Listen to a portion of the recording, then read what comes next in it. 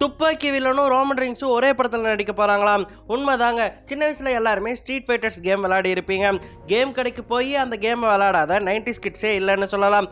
அப்படிப்பட்ட street fighters கேமை இப்போ படமாக எடுத்துகிட்டு வராங்க. அந்த படமானது 2026 பாதியில் ரிலீஸ் ஆக போகுதுன்னு சொல்லியிருக்காங்க.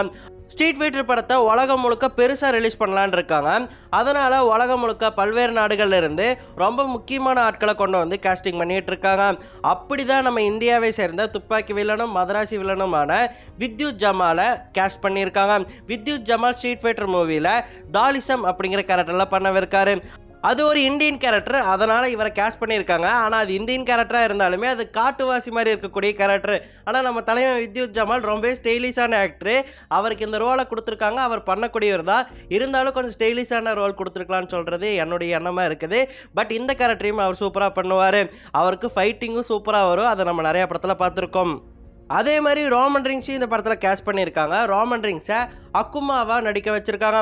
அக்குமாவை நீங்கள் டக்கன்லேயுமே பார்த்துருக்கலாம். ஸோ அந்த ஒரு கேரக்டரில் ரோமன் ரிங்ஸ் ப்ளே பண்ணுறாரு.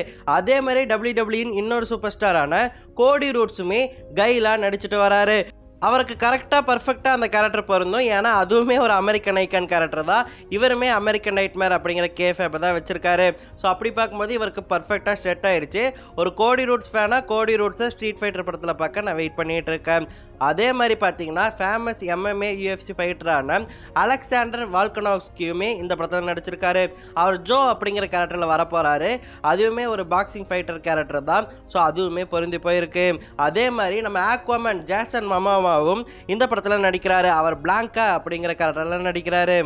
இவங்களை தவிர நிறைய நாடுகள்ல இருந்து ஃபேமஸானவங்களை கூட்டிகிட்டு வந்து இந்த படத்தில் கேஸ்ட் பண்ணியிருக்காங்க. இந்த படம் கண்டிப்பாக நிறைய வசூல் அடிக்கும் அப்படின்னு சொல்லிட்டு எதிர்பார்க்கப்படுது இப்போவே. ஸோ இந்த படத்துக்கு நான் வெயிட் பண்ணிகிட்டு இருக்கேன். நீங்கள் வெயிட் பண்ணுறீங்களா? நம்ம சின்ன வயசில் விளாண்ட ஸ்ட்ரீட் ஃபைட்டரை நம்ம படமாக பார்க்க போகிறோம். அதை பற்றி நீங்கள் என்ன நினைக்கிறீங்க அப்படிங்கிறத மறக்காமல் கமெண்ட்டில் சொல்லுங்கள்.